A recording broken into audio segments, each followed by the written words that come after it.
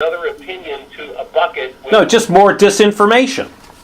Oh, gosh. And then these poor speakers are trying to separate it out. Okay, all right. So now, how about this, when to invest in social media?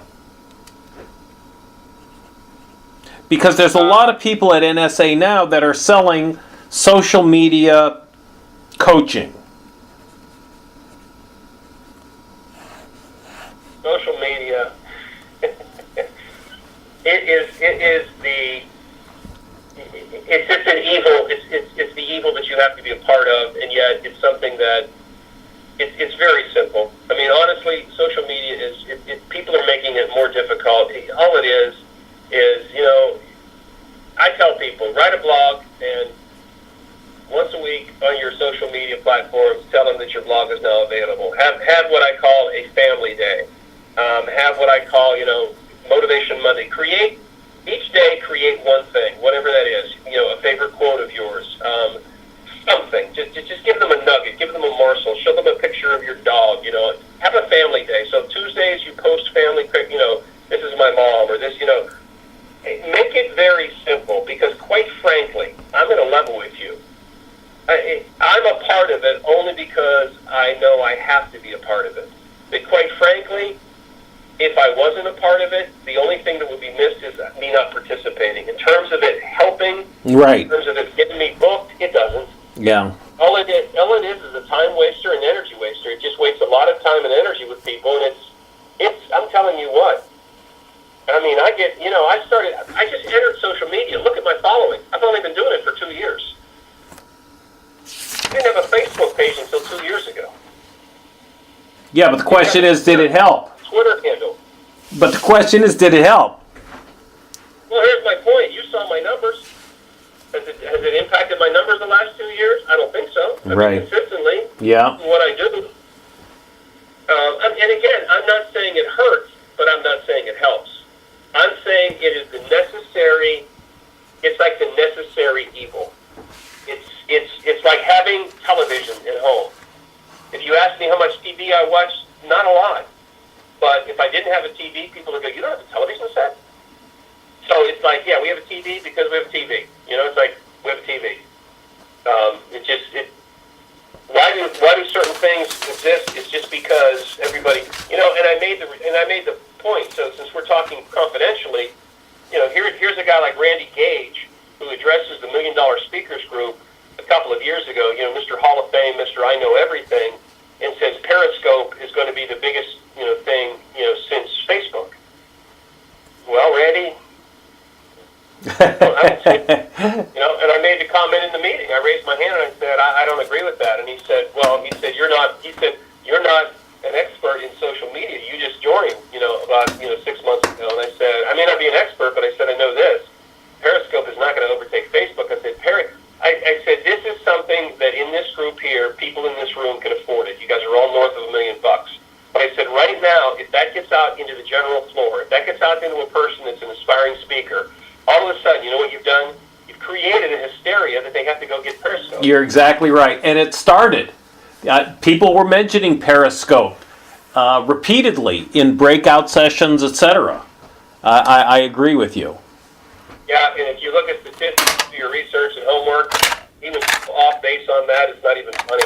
As a matter of fact, there's some reports out now, and I actually wrote about it, and said, people just absolutely start jumping on wagons, jumping off wagons. I mean, it's almost 1984. It's like there's this hysteria. It's like, no, just relax. Put your energy and your money and your time into something that is absolutely guaranteed to bring you a return on your investment. Social media doesn't. Okay, any other advice to aspiring speakers? Let's see. Differentiate your message, be capitalized, take advice from those who can substantiate their advice. And anything else? I honestly, don't fire the coach too soon. And I say this metaphorically. If you're going to try it, you got to go all in. My advice is you got to go all in. it will never become your profession if you do it part-time. You can't put your toe in the water. You got to jump in. Okay, so let's talk about that. Let's say a speaker doesn't want to go all in. They don't want to work as hard as you. They don't want to have to create the process and all the mailings and manage the salespeople and do all that.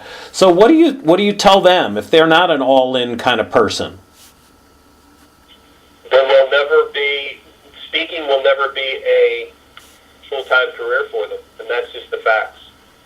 It will never be a full-time career because you can talk about speakers bureaus representing you. You can talk about a speaker management company managing you. Speaker management companies want proven commodities. They're the, I hate to say it, but, they're the pimps of the industry. Because they create a company that is going to manage, and all they've done is they're more of an office. They'll answer the phone. They're great with logistics. They're great with answering the phone, taking orders, but building maybe some relationships with bureaus. But they become more of, they're the pimp. Yep. Because here's this aspiring speaker that says, well, I'll have a company manage me. They don't want to manage you. You're a project. They want proven commodities. And same with bureaus. So it's catch-22.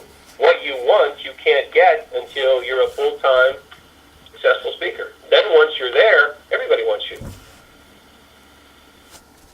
Okay. And quite frankly, you don't need them. You can hire your own staff to do those things. Okay. All right. Just a couple of last questions, maybe two last questions. So do you have a speaking agent? No. Okay. And about how many speakers bureaus do you actively work with?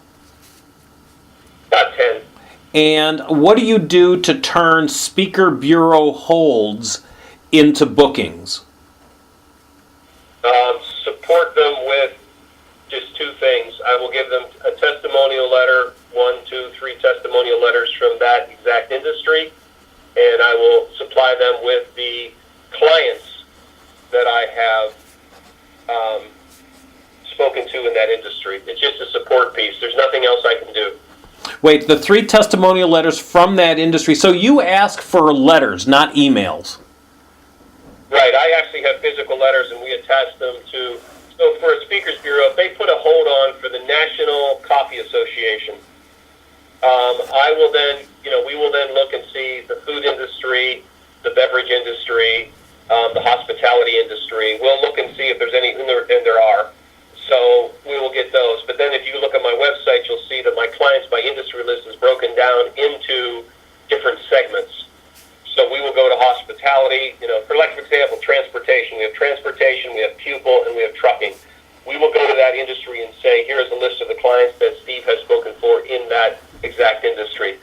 That way, the bureau then can tell their clients, not only is Steve the great speaker and a good fit for it, here's this experience in that industry. Yeah, that's great. Other than that, you can't do anything to help them.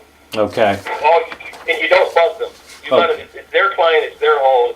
You just sit back after you've given them all the information.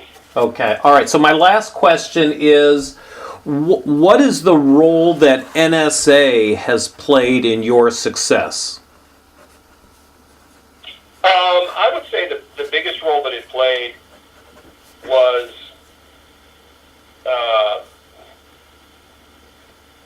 do I say this?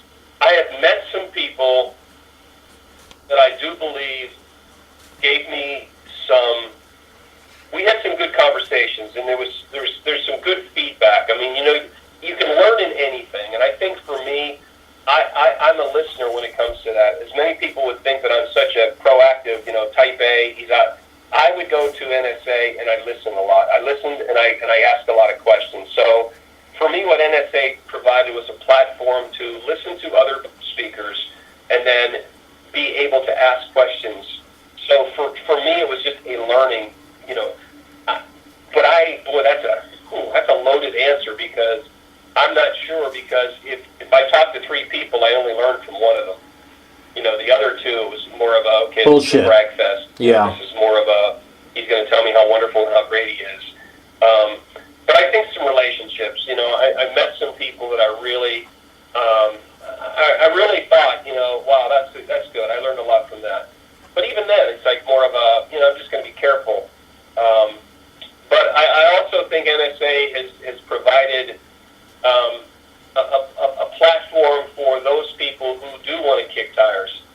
I mean, it's like if you had to buy all your cars online, that would be terrible. So you can go to a car dealership. So now you can go to an event that there are other people that are in your similar category. They're aspiring speakers, or they're speakers that just got their CSP, or they're. But again, I feel like sometimes it's some schools are exemplary and some schools aren't. So it doesn't sound like you learned a lot from that you got a lot from NSA. I haven't got a whole lot. Oh, it's okay, no problem. Okay, so then my last question is, so what advice or suggestions would you give to NSA?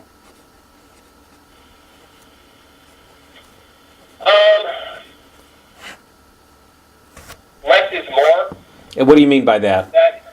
What I mean by that is, I think there are a few people that are very, very good at what they do. They're very good at how they do it, and I think that it's like this in anything. I think there's too much politics, and I think there are a lot of great speakers that have never even had a chance to speak at NSA, just because of the way that it's all set out with, here's your board of directors, here's the way that I swear to you, it goes back to it's if you're in the club, you're in the club, and if you're not, you're not. Yeah, I understand what you're saying, and I'm not. I mean, I only got back into NSA 2 years ago, but how many times did you fill out one of those forms to be a breakout speaker? Right? Yeah, a few times, and didn't get selected. It did not. Oh, okay. So you tried. Okay, all right. So yeah, okay. That shoots that. And then I was up for the board of directors. I got nominated twice. And again, the first time I was ever interviewed in front of the current board and the committee, I walked out and Tim Gardner was sitting there, and I said, well, good luck. As I said, I know I'm not going to be a part of it. And he said, what are you talking about? I said, it's not based on my answers. It's based on their questions. The questions they asked, they had no interest. They had no interest in adding somebody that could actually bring some real needed change in some areas of education. I said they're interested in just keeping things just rolling along. Everybody agree with everybody, and I said I'm. And see, what really was disappointing, they said, one of the questions they asked me was, "Are you active? Are you active in your local chapter?" And I said, "I'm not active as much as I could. I'm not as active as I'd like to be." That was my answer. And I said, "Let me explain." I said, "Last year I spoke." Now get ready for this. I said, "Last year I spoke 9 out of 12 months at another chapter, another state chapter." I said, "And most times I'm not available to even attend the meetings because of my own schedule." I said, I speak, about 120 times a year. And I said, I'm not available. And it would be just no different than this week. I left for Atlantic City on Saturday, spoke in Atlantic City Saturday, yesterday in Bloomfield, today in Charleston, tomorrow in Denver, Thursday in Chicago, Friday in St. Louis. I get home Friday night. I said, my availability made me not be able to be active. But I said, in terms of what I've given to them, I said, anytime they've asked me for anything, I said, I've tried to be there for them. And I said, but I'm not a person that has that Saturday morning once a month usually available. And that, you should have seen. They go, so you're not, here was this title, so you're not active.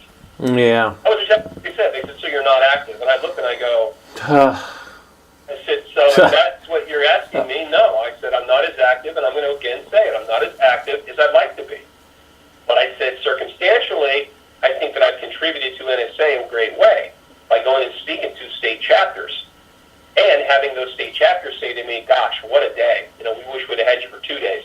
I said, you guys are, that board, and again, I level with you, since this is all confidential, I have no respect for half of the people on that board. Yeah, I've stopped the recording, just so you know. I mean, so you don't have to worry. I don't have any respect because I don't believe that they're there for the right reasons. I believe they're there to see their picture, have their articles sway and influence a lot of other, their guys are going to be speaking at the event, their guys are going to be in the, it's like again, if you're a part of it, you're a part of it. If you're not, and I'll tell you what, I'm more interested in building my career and taking care of my family than I am having somebody at NSA say, "Oh my God, there's Steve Gilliland." Yeah. Yep. You're exactly right, and I mean, fortunately, and it's not something that's new, Steve, because it sounds like you're a very bright guy, and you've got the business figured out for yourself, and that's it's wonderful that you've been able to distill it, and hopefully we'll be able to get the truth out to a little more people than what's currently out there. Yep. I appreciate you taking the time. I will, if you're interested, I'm happy to send you a digital recording of this. I'm hoping to get it transcribed. If you're interested, I'm happy to send you a transcription. Or if you're not interested, that's fine too. I'm good. I'm just the fact of being able to talk off the record and stuff. Perfect. Is good. If I can help some speakers, then this was well worth it. That's great. Steve, I'm looking forward to meeting you in person someday. Hey, thanks so much. Thank you. Have a great day. Bye-bye. Bye-bye.